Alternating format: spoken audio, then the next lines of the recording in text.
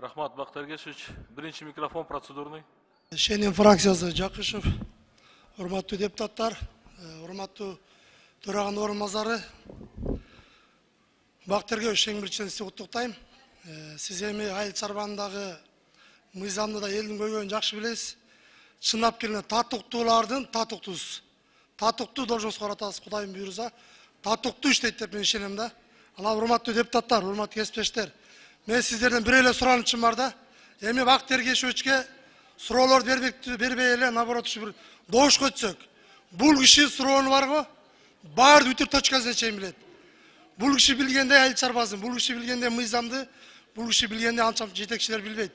Анан көрчү макул десеңиздер, мен ошо сунушум добушка эле коелу, добуш менен Бактар Кешевичти узатып койсок.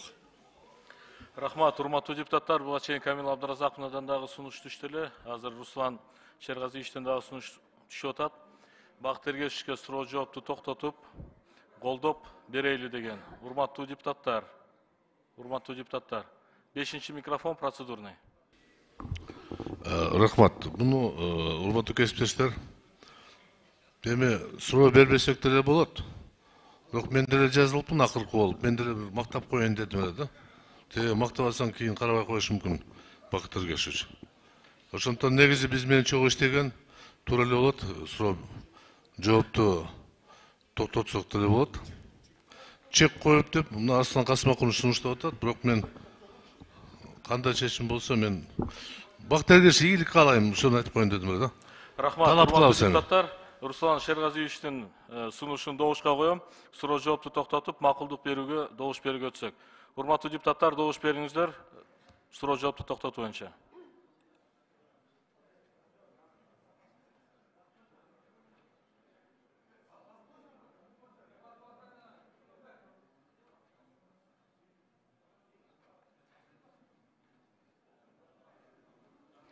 Макул 58, каршы 2, баар 60, катталды 82.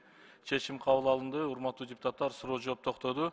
Урматтуу депутаттар, эми макулдук берүүгө, добуш берүүгө өтсөк, макулдук